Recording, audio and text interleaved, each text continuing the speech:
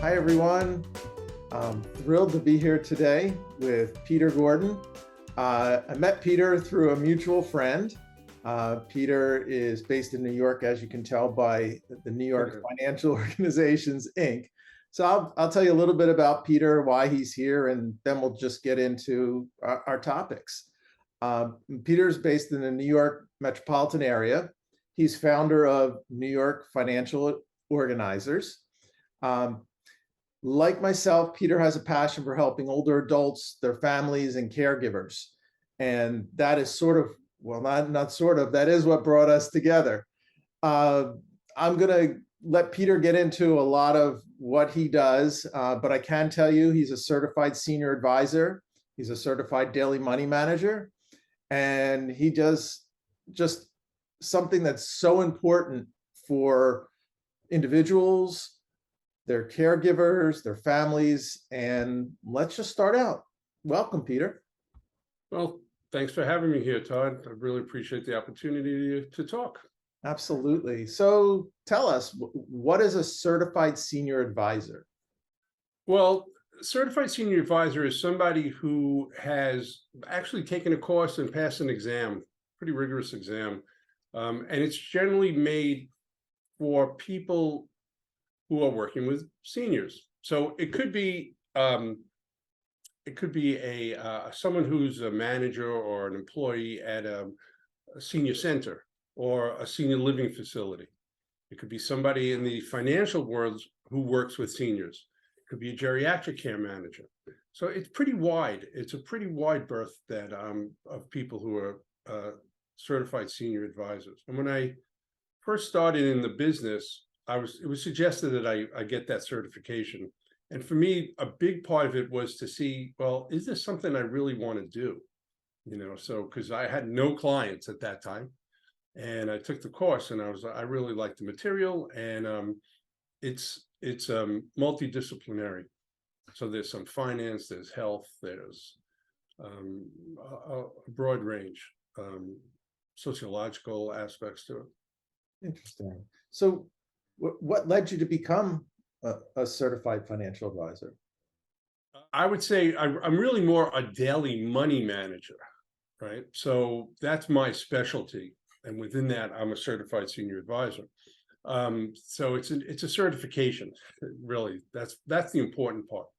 And about 15 years ago, actually almost to the day, my father became ill, and he he needed help. And my mother and he lived together in Manhattan, and my brother and my sister and I did not know how to help them. We were clueless for a number of months, and I'm very fortunate in that I'm close with my family. Through networking, at the time I owned a graphic design firm, and through networking, I found a geriatric care manager. And quite honestly, she changed our lives. She gave us the direction that we needed. She helped us navigate the very difficult waters of senior care. First thing she did was came in and did an audit of the apartment and picked up the rugs and made it safe for my dad, who was having trouble walking, and then directed us to different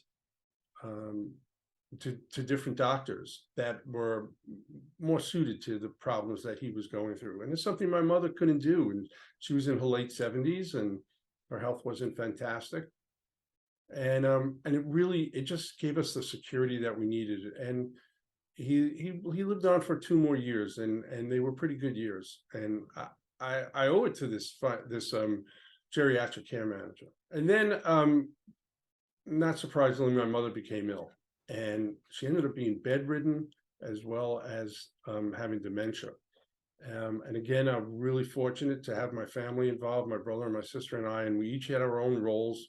And I was more on the financial side. And the care manager who we were working with suggested I look into community Medicaid. And most of us know what Medicaid, institutional Medicaid is. That's when you go to a nursing home. In many states, and New York has a wonderful program, they have community Medicaid, which pays for the aides to come to your home, because everybody wants to age in place. then, you know, my mom, the last thing my mom wanted to do was go into a nursing home. And she would say constantly, you know, I don't want to leave. I want to stay here. And I was like, Mom, that's the plan. But in order to pay for the aides, she would have ran out of money. It didn't take long. And so community Medicaid helped us keep her at home and pay for the aides. And we were also able to continue her legacy. It protected her funds, and I'm happy to talk to anybody about that if they'd like more information. But that steered me into this business. I thought maybe I would become a care manager. I looked into it, and it's pretty much, most people who do that are social workers or nurses. And I didn't want to go back to school to get a graduate degree, as much as I enjoyed the work. And I was talking to people and, you know, doing the networking I always do. And I called someone who I thought was a care manager. Turned out he was a daily money manager. So the best way to explain that is to say, we like saying that the geriatric care managers do the pills and daily money managers do the bills, which is what I was doing for my mom. And, you know, at that point, and it just made perfect sense. And I was looking to transition from the world of graphic design into a new career. And a little over 8 years ago, I made the leap. That's great. And I love what I do. I'm really fortunate. And a great benefit of it is that I'm partners with my son. And that's remarkable. And that was not the plan. That was not the plan at all. But he, you know, I saw my parents take care of their parents. And then my son saw his parents take care of their parents. So it was very natural for him to fall into the business. And it's going very well. So that leads me perfectly to the next question. So tell us about, what's the mission of New York Financial Organizers? So our mission is to give our clients peace of mind. And a great example of that is a conversation I had with somebody yesterday. I got a call from a care manager who said that she had somebody who didn't really need her help. She needed my help. And quickly. Usually it's, you know, you have some time on this, but I spoke to this woman yesterday, and she was beside herself. And it happened, just so happens that she has community Medicaid and she needs to get recertified, and we could help her with that. But it was more than that. She also, her husband has dementia. He's on long-term care, not community Medicaid. And she is beside herself. She made a decision to not have her husband come home from rehab until everything was set in place in her home. And her family was very upset, and she's kind of on the outs with her family. And she's in her late 70s and having her own cognitive issues, and didn't know what to do, didn't know where to turn. And by the middle of the conversation, she was totally at ease and thanking me for the, you know, for being there for her. Now, I haven't met her, you know, and I will, but she was really at a loss for where to turn. We are able to provide solace just by having a conversation, because I know that world. So it's certainly helpful that she talked to somebody who understands community Medicaid, and in this case, what's called a pooled trust, that she's not managing well, and we could do that for her. And it was great. We had a wonderful conversation. It was, as sometimes happens, it turned spiritual. You know, we were talking a little bit about religion, and then talking about spirituality. And she was like, "Oh, I could schmooze with you forever, but I won't do that. I won't take up your time." And it was great. And so that's how we help people in a variety of different ways. So with that in mind, would you say that seniors or their families and caregivers, advocates, who's more likely to reach out for help, or is it just all over the board? It's kind of all over the board. Most of our referrals come from professionals. Like in this case, it was a care manager. that referred this person. Very often it's attorneys who refer us. So one of the things that we do, in addition to just helping people pay their bills and process their insurance claims and take care of all the non-investment side of personal finance, and that's important. We are not financial advisors, so that's not something that we do, which is fine. We work in concert with financial advisors. So we get, most of our referrals are from professionals in our world, which are very often care managers, very often attorneys, trust and estate attorneys, elder law attorneys. Sometimes it's home health care agencies. It's other people who work in the senior service industries. Occasionally, it will be a family member who's referred by another family member, but more often than not, it's a family member who's been referred by a professional. And I like to say that we're a spoke in the wheel.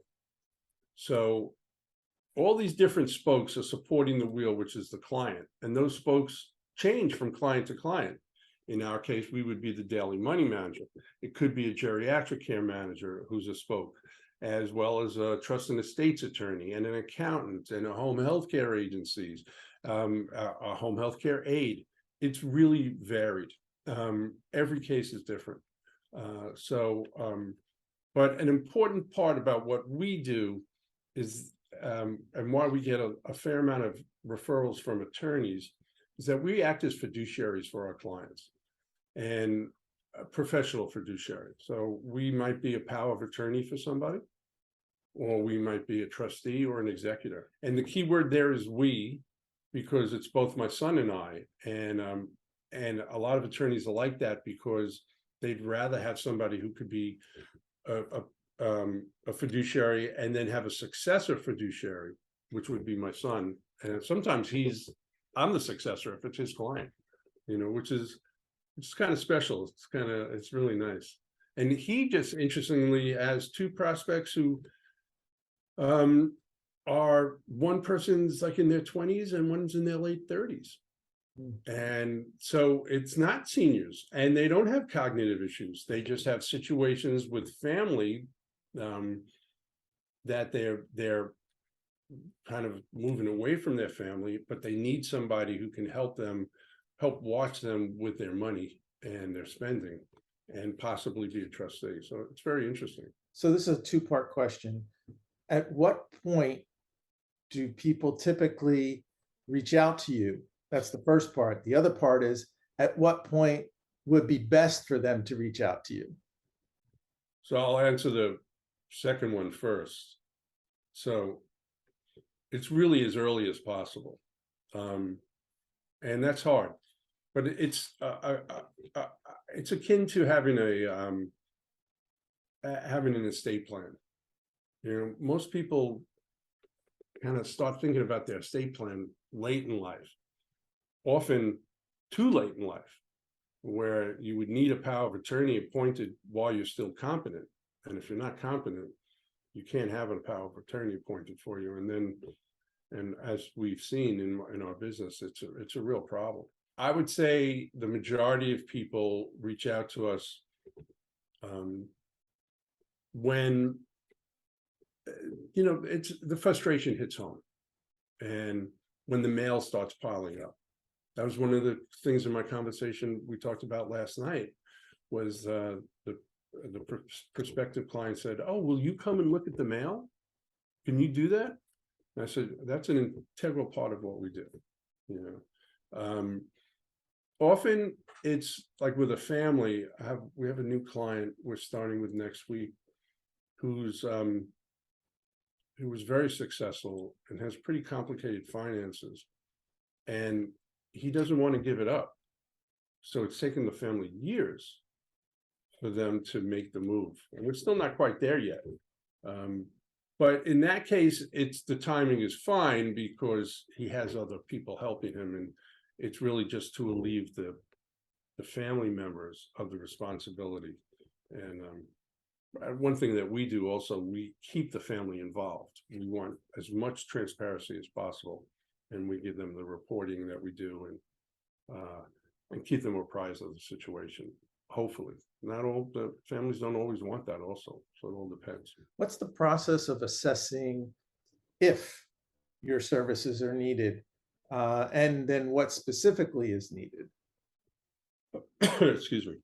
Sure. So really, we don't necessarily assess what's needed as necessary. You know, what we do is there has to be a desire. That's the most important thing. There has to be a desire for us to help. If people don't want our help, then we're not going to do anything. And depending on what's needed, you know, depends on the amount we charge by the hour. So that will determine how much things are going to cost and how much time is necessary, you know. So what we do when we start is pretty much we do with this with almost every client, is we get access to our clients' checking account and credit card accounts. And that can be a big leap, you know, a very big leap. And but it's how we get a handle on what our clients' personal finances are. We download all their checking account and credit card transactions into Quicken, which is an off-the-shelf, you know, personal financial tool. And we reconcile the bank accounts and credit card accounts every month. We categorize every transaction. So we try to categorize every single transaction. And we have a report. So every month we see how much money is coming in, how much money is going out, and most importantly, where it's going, and if there's a surplus or a deficit at the end of the month. And we're able to then use that information with our clients, give that information to our clients for them to make educated decisions. And it's a very powerful tool, very powerful tool. So as an example, what we do is we use that to figure out how long our clients' money will last them. And so that's often a reason people call us, because they don't know how much money they're spending. Maybe they're living in, you know, a home which is costing a lot of money, or they're in assisted living which is costing a lot of money, and they need to get a handle on it. Well, this reporting allows us to do that. And if we look at what their monthly expenses are, and then we get to see what their assets are, a very simple division lets you know how long that money will last. And we call it a burn rate, you know. So we have a client who's going to be 101 in June, and she's very concerned about how much money she has, and she has about 3 years left, you know, and she knows, and we've made suggestions on how she might be able to save money, which she doesn't want to do because she likes where she lives, and she'll deal with that as it comes, you know. So that really allows us to help our clients. Another powerful example is a client that we had that, so he was referred to us by an attorney. It's not really the client, so it's the client's brother. Attorney had a client who was a power of attorney for his brother in Brooklyn, and the other brother lived on the other side of the states, and he was ill and he needed a new power of attorney. He wasn't really sure if we wanted to work together. So I said, well, why don't we start by doing what I said? You know, actually, we just downloaded all his credit card and banking information into Quicken, and it allowed us to get a picture of what was going on. His brother was bedridden and had been for a number of years, and we saw some really disturbing numbers, where his home healthcare costs were over $300,000 for the year, and that just didn't make any sense to us. Now, we're more on the numbers. We don't know the proper care necessarily, and that's why I love working with geriatric care managers. And we brought in a care manager who did an assessment, and we realized that they were being severely overcharged, and the agency was taking advantage of the fact that the client was incapacitated and his power of attorney was on the other coast. And while he needs to spend a great deal of money, we cut that in half. So, and he has X amount of dollars and has quite a few years of money left. And so that was a very powerful assessment for what was needed and when. And it didn't happen quickly. You know, time takes time, and you have to walk family members through this, you know, so it all depends on I guess how, you know, how aggressive they want to be, and how bad the situation might be. Is there a top 1 or 2 services that people engage with you for? And are those what you would say should be the top 1 or 2 that are engaged? Well, I think that the top one is doing the Quicken works, is getting a handle on personal finances, on what's coming in and what's going out, because that tells the whole story, and it provides that peace of mind, you know, that people are looking for. We had a case over the summer where a client was looking to move. They felt they had to move to assisted living. They felt they had to. They didn't know. So we ran the numbers for them. It took about a month to get everything done, and they had plenty of money. They had a good amount of income. They weren't spending a lot of money. They had long-term care insurance that would pay for their aides.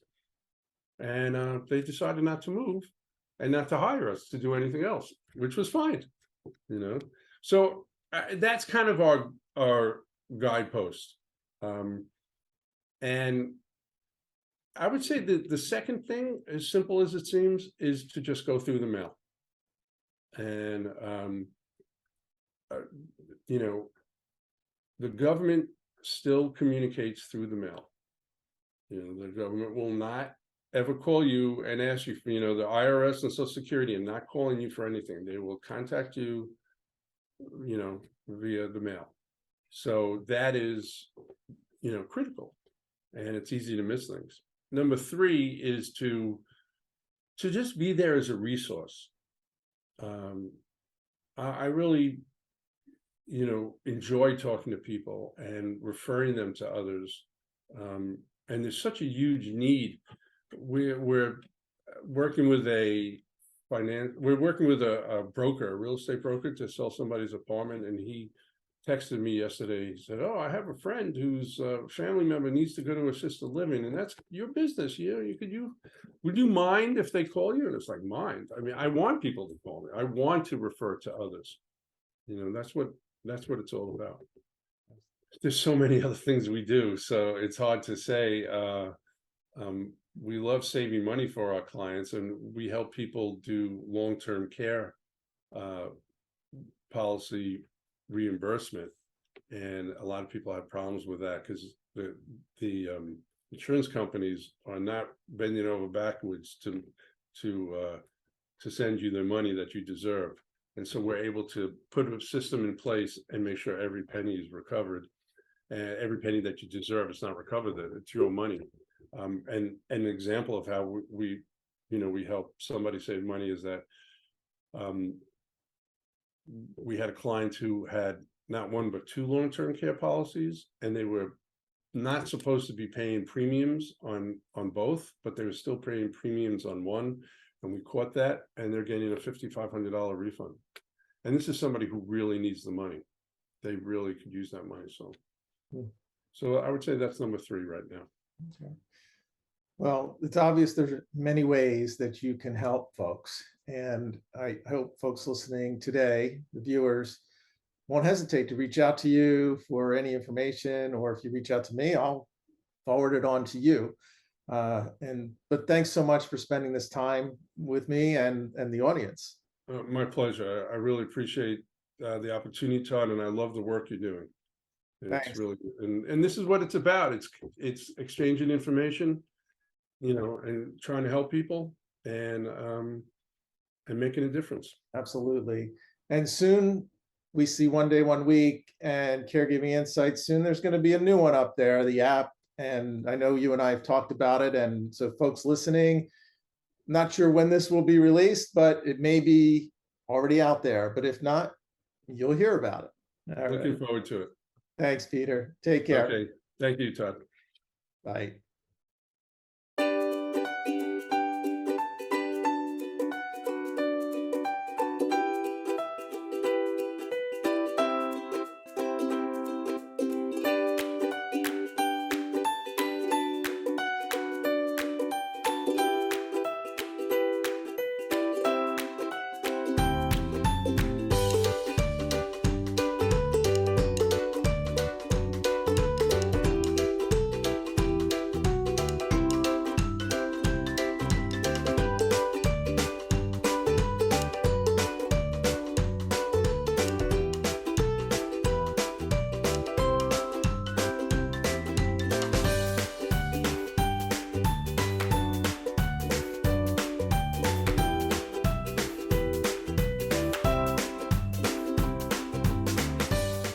The primary purpose of the podcast is to educate. While guests are invited to listen, listeners acknowledge that they are not being provided professional advice from the podcast or any guests. One Day, 1 Week and its sponsor, 17 Commerce LLC, expressly disclaim any and all liability or responsibility for any direct, indirect, incidental, special, consequential, or other damages arising out of any individual's use of, reference to, reliance on, or inability to use the podcast episodes or the information presented in the episodes.